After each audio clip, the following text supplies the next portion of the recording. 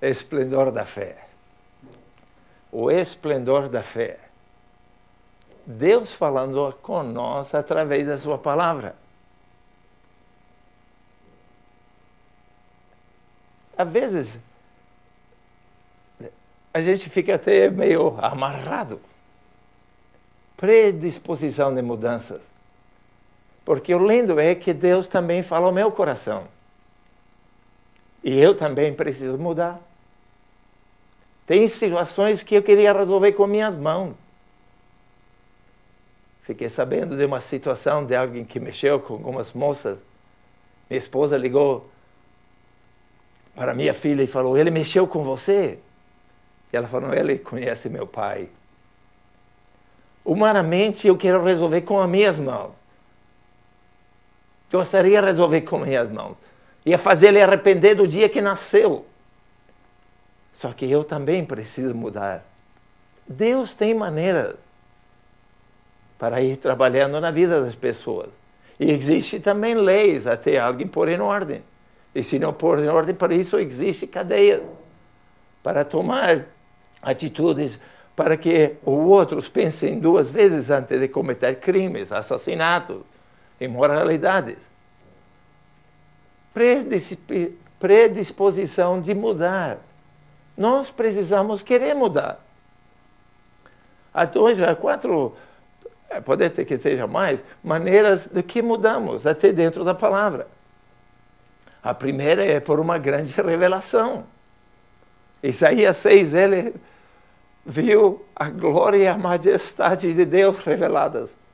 E ele começou, sou homem de lábios impuros. Se viu como um homem carente de Deus. E mudou por revelação. Agora outros mudam na palavra. Né? Paulo estava caminhando a Damasco, um cara super religioso. Entendedor da Bíblia, fariseu, esses caras entendiam a Bíblia. Tinha a maior parte dela memorizada. Mas não tinha o que hoje nós podemos ter num relacionamento íntimo e pessoal com Cristo. Mas ele estava jogando os que tinham aceitado o caminho. É como se chamava os primeiros cristãos. Foi até usada a palavra cristão lá na Antioquia pela primeira vez. Mas ele estava andando no caminho de Damasco, pegando e jogando na cadeia aqueles que se chamavam cristãos, aqueles que estavam procurando a maneira revelada, o que entendemos hoje. E foi derrubado de seu cavalo com uma grande luz, ficou até cego e falou, quem é, Senhor? E respondeu, eu sou Jesus Cristo a quem tu persegues. E houve uma mudança na sua vida. Foi depois falar com o presbítero e quem orou por ele e recebeu sua vista outra vez. Uma terceira maneira de mudanças pode ser por revelação espiritual. Uma revelação espiritual, onde entendemos a palavra de Deus e traz convicção ao nosso coração. Quem sabe vamos ver em 1 de Coríntios, capítulo 2. Coríntios 2, 9, ler 10, 11, 12, alguma coisa assim. Permita-me, na palavra de Deus. Versículo 9 do capítulo 2 de 1 de Coríntios diz assim. Todavia, como está escrito, olho nenhum viu, ouvido nenhum ouviu, nem mente humana imaginou o que Deus preparou para aqueles que o amam. Mas tem que haver mudança. Não podemos continuar as mesmas coisas e esperar um resultado diferente. Se mudamos os ingredientes, então o resultado vai ser diferente. Se continuamos com a mesma coisa, então não tem como ter um resultado diferente. Que Deus preparou para aqueles que o amam, mas Deus o revelou a nós por meio do Espírito. O Espírito Santo é que fala nos nossos corações. É uma revelação espiritual, onde entendemos que estamos errados e o Espírito Santo nos dá força para nos alinharmos naquilo que é correto, aquilo que é mais de certo. O Espírito sonda todas as coisas, até mesmo as coisas mais profundas de Deus. Versículo 11, pois Quem conhece o pensamento do homem, a não ser o espírito do homem que nele está? Mas desta mesma forma, ninguém conhece os pensamentos de Deus, a não ser o Espírito de Deus.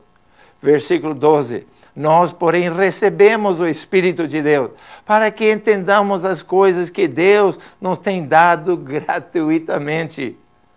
Delas também falamos, não com palavras de ensinamento de sabedoria humana, mas com palavras de ensinamento pelo Espírito, interpretando verdades espirituais para os que são espirituais. É o Espírito Santo nos mostrando como podemos chegar. E a quarta que gostaria de gastar um pouquinho de tempo, acabamos de ler aqui, sobre a sabedoria humana. Sabedoria humana, são coisas humanas que sabemos o caminho. Neemias, ele ficou sabendo de Jerusalém, que estavam os muros caídos, quebrados, o povo passando fome, sem proteção, sem saúde, sem segurança. E chorou, a Bíblia diz.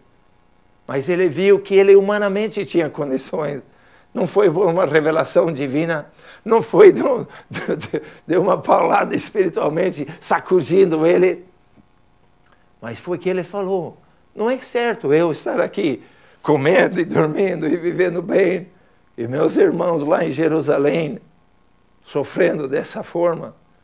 Então conversou com as autoridades que a Bíblia diz, e o rei permitiu ele ir com todo o apoio financeiro e até com proteção. E foi lá e restabeleceu os muros. E fez uma grande coisa. O que você pode fazer se uma revelação, se tiver uma revelação ótima, né?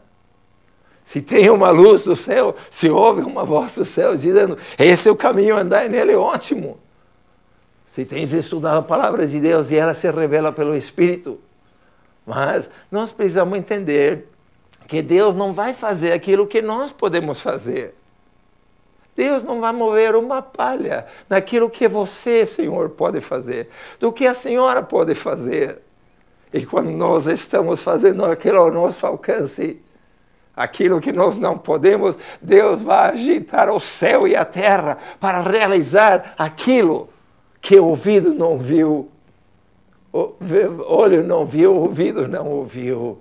Oh, meus amados, e neste momento o Espírito Santo está falando aos nossos corações, está nos liberando para um futuro melhor. Mas temos que ter disposição de mudanças. Temos que estar dispostos a mudar quando o Espírito Santo fala ao nosso coração, para parar de fazer certas coisas, para começar fazendo certas coisas. Quando era presidente do seminário, eu lembro cobrando dos assuntos, os estudantes, 3 assuntos. A leitura da Bíblia, o estudo da Bíblia e o tempo de oração. Recebi uns e-mails um tempinho atrás de alguém me agradecendo, mas lembro-me quando estava existindo muito dele. O senhor não tem direito, isso é algo individual comigo e com Deus. Falei, bem, é algo que se cultiva e é algo íntimo e pessoal com Deus. Mas se vai passar nas minhas matérias, então e ter uma nota agradável, então vai ter que relatar toda segunda-feira. Eles marcavam lá as horas de leitura da Bíblia, as horas de estudo e as horas de oração.